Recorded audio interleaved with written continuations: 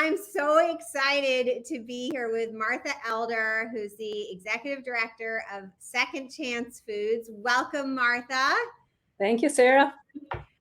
So today, Martha has had the experience of hiring her first executive assistant, working with them, and doing things to grow. But before we get into asking you about that, just quickly tell us, like very briefly, what is Second Chance Foods really special? What makes Second Chance Foods really special? Oh, okay. So, Second Chance Foods is a nonprofit food rescue organization, but we have a much more comprehensive model than any other food rescue that I know of. It goes from we are actually in the farmers' fields harvesting excess crops. We bring those excess crops into our commercial kitchen where we're cooking them into healthy and delicious meals and then donating those meals to hunger relief organizations. Our work is really all about elevating the quality of food that's available to food insecure people. We always strive to create food that we'd be proud to serve to guests in our own home. Very different than often what you see in hunger relief. Yeah. So, since probably a lot of people watching are nonprofit leaders like you, and from that description, it kind of sounds like you must have a massive team working with you, but we know that's not the case. So how big is it behind the scenes? So at this point, I have 3 part-time people. One of them has only been with me for about 2 months now, and that's a part-time director of development. I have a part-time operations assistant. That's like my kind of hands-on person. And then I have my remote assistant, which I think we're here to talk about today. Yeah, absolutely. So let's go back to when you decided to hire an assistant. Why did you decide to hire them? What was that moment? What were your fears and concerns, and what were you trying to do in that moment? Yeah, so I think I have to go back to like spring of 2020, which is when I hired you, Sarah, to learn about your impact method and to have you coach me through implementing that. And also back in 2020, of course, it was when COVID hit, New York State was in lockdown. All over the news was food insecurity and food waste. So suddenly, Second Chance Foods was getting a lot more attention than we'd ever gotten before. People donating money, so much food to recover, so many hungry people to feed. It was pretty overwhelming. It's a very labor intensive organization. Lots and lots of hands-on work, but also, you need all of that behind the scenes, making sure your donors are thanked and communicated with, and none of that was happening. And it would actually keep me up at night. And so I realized I really, really needed to hire some help. At that point, there was no operations assistant, there was no director of development. It was me with a lot of volunteers. And so I knew I needed an assistant to really help me just keep track of our donors, even make sure they were being thanked. And of course, it's become way bigger than that. So what has the difference been for you in your job and for the organization as a whole? And you said it's become way bigger than that. So like, how big did it become? What happened? Yeah, so I think it's been totally transformative, actually. Our budget's more than doubled in the 2 years that Steph is my assistant's name, that Steph has worked with us. She's my absolute dream assistant, I have to say. She, had nonprofit experience. She had a minor in art. She does design work. At this point, I think it's really unfair actually to call her my assistant. I think she's my marketing and communications person because, she redid our whole website. She does our weekly newsletters. She, keeps track of our donors, making sure we're thanking people, creates, all kinds of marketing materials for us. All these, behind the scenes things that really need to happen. So people they know what Second Chance Foods is up to, what we're doing. And so they want to support us, and they continue to want to support us because they really feel appreciated. Yeah. Yeah. So it sounds like it's made like a more than double difference in what you can do in a day, in a week, in a month.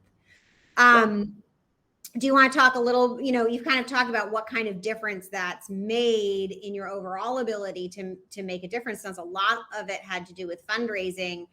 Once you had an assistant, were you able to shift where you were spending your time? Yeah, I mean, she's taken over so much of the communication and marketing.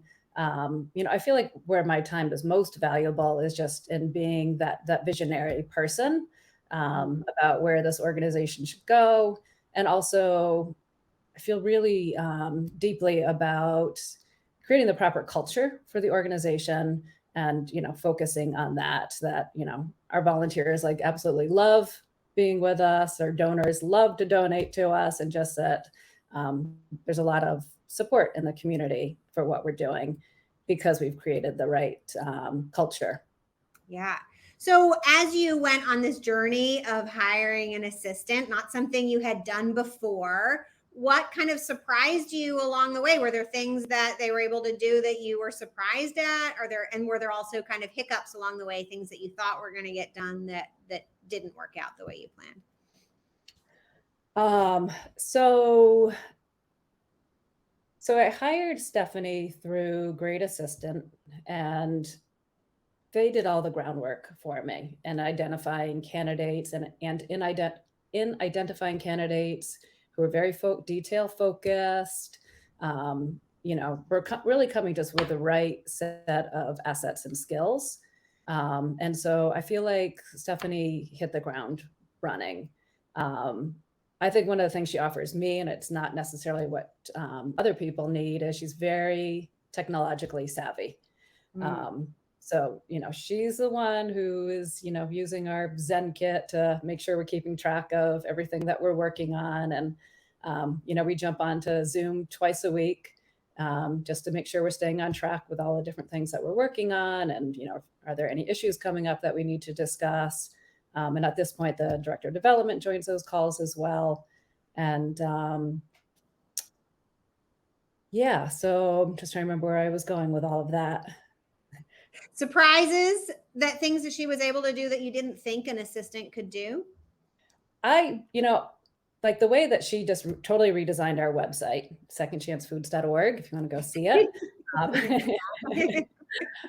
I would have paid so much more money for a web designer to be doing that, or just all the branding work that she has done for us, identifying colors that we should be using, fonts we should be using, creating design spaces. Yeah, I mean, like, just again, she's not an assistant. She's gone just way above and beyond what she actually provides to the organization. Yeah. We're next week we're going to be talking with Timothy Francis, who is the founder of Great Assistant. I met him, I hired him to find me an assistant, and I've used him multiple times. And I have a lot of clients who's used him, and he's going to be doing a training next week, which he often, you said they go through the work of finding the right assistant, and being good at hiring an assistant is like an expertise on its own. But on top of that, I remember in my experience working with him, there's a lot of training that he gives you and also gives the assistants as they come in. So I was wondering, for those people, he's going to give some of this training away in our webinar next week. So what were the kinds of things that you learned in that process of onboarding an assistant that were helpful? It's so funny, Sarah. I was thinking about this process, and it's been just about 2 years now. And I think it's just become like so naturally ingrained. I don't even remember like what exactly it is.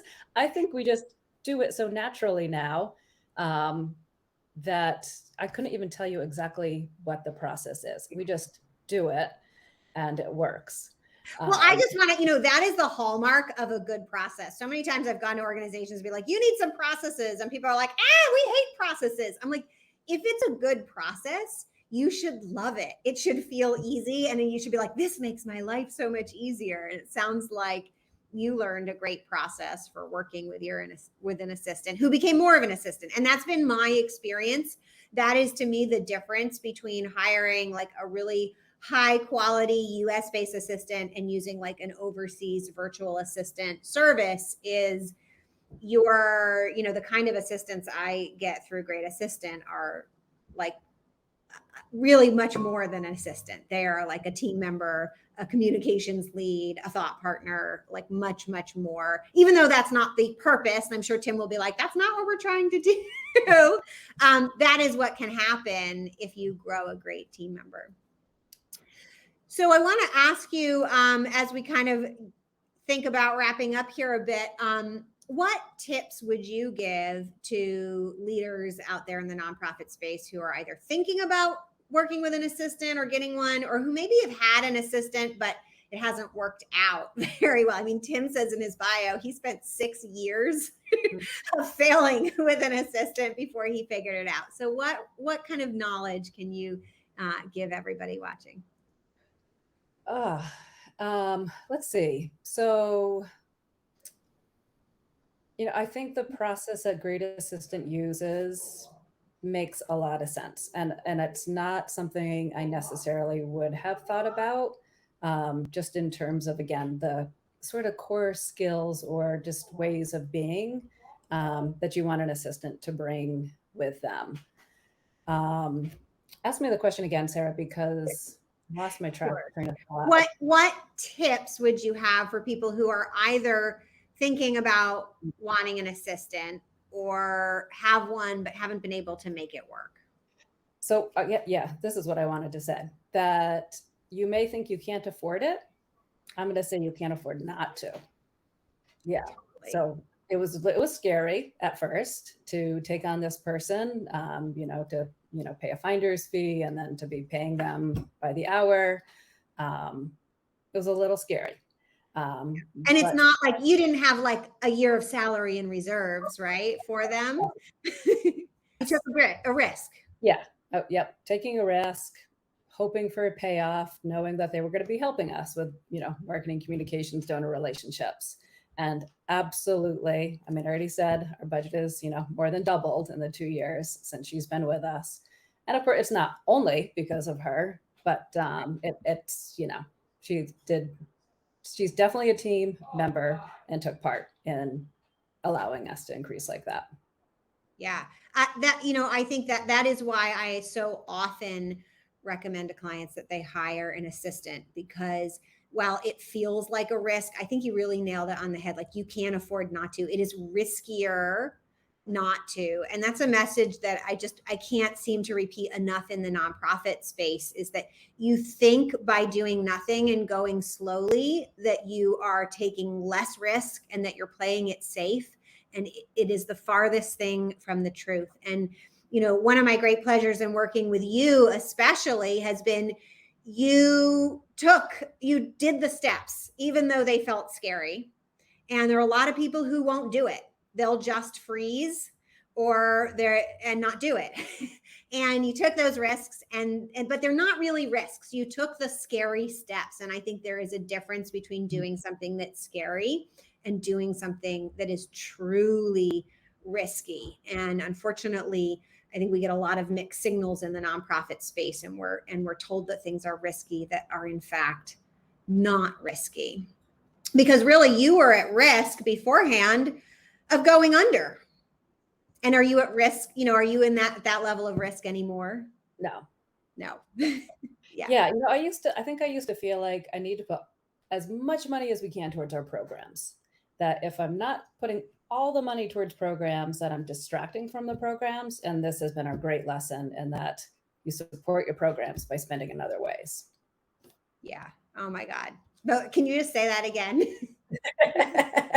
You don't need to put all your money towards your programs. Spending money in other ways supports your programs. Yeah.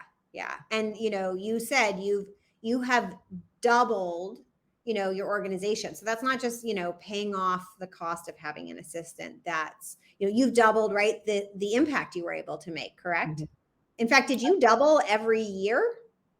We doubled every year from 27 to 2019, the amount of groceries and meals that we donated to hunger relief. And, so last year we donated 47,000 meals. We're already at 43,000 meals this year. And that's not possible without fundraising.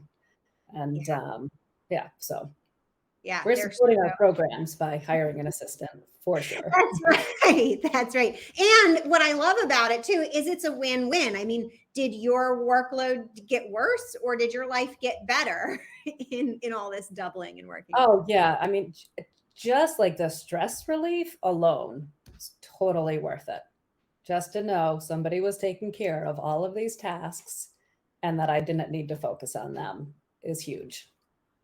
Of Yeah. course, you find other ways to fill your time, but knowing that Let's other people are doing things, such yeah. a huge relief. Let's go there for a moment because we have just a couple more minutes because you said you were able to spend more time being the visionary, or maybe you said like being the visionary leader for your organization is the most important thing you can do. So, and it sounds like that's what you started to do. So what other things did you fill your time with as a result of having an assistant come in, and what kind of impact did that make for you? I mean, some of it's just more time to think, right? To really, my goal has always been how do we reach more people who need fresh, healthy food? And so it's given me a lot more time to think about how do we make that happen. We're situated in a fairly small county, and I definitely have a goal of zero hunger in our county, and it feels attainable. Yeah. We talk about this in the Thrive coaching program all the time. Like, oftentimes we feel as leaders, as helpers, that if we're sitting and thinking or walking and thinking that we're kind of doing nothing, but that's actually one of the most important things that a CEO or executive director can be doing. So what would you say to people who are like, oh, sitting, it doesn't feel fair that I'm just thinking and everybody else is like working. What do you think about that now that you're on the new side of it? That's the role, right? That's the job of the leader of any organization, is to really be that visionary thinker and yeah, to just come up with the ideas and the solutions that are necessary. Wonderful. Well, we're going to wrap up here. Thank you so much, Martha. I really appreciate it. And thank you, everybody who's watching and watching the replay. Reach out to Martha. Join Tim next Thursday. It's going to be a great time. Give Martha's organization, Second Chance Foods, a little love on Facebook. Send in a little donation. She wants to see you around too. And follow her experience. Big hack is donate to other organizations who are doing it well and see what happens. And I encourage you all to make a small donation and see what happens. All right. Bye.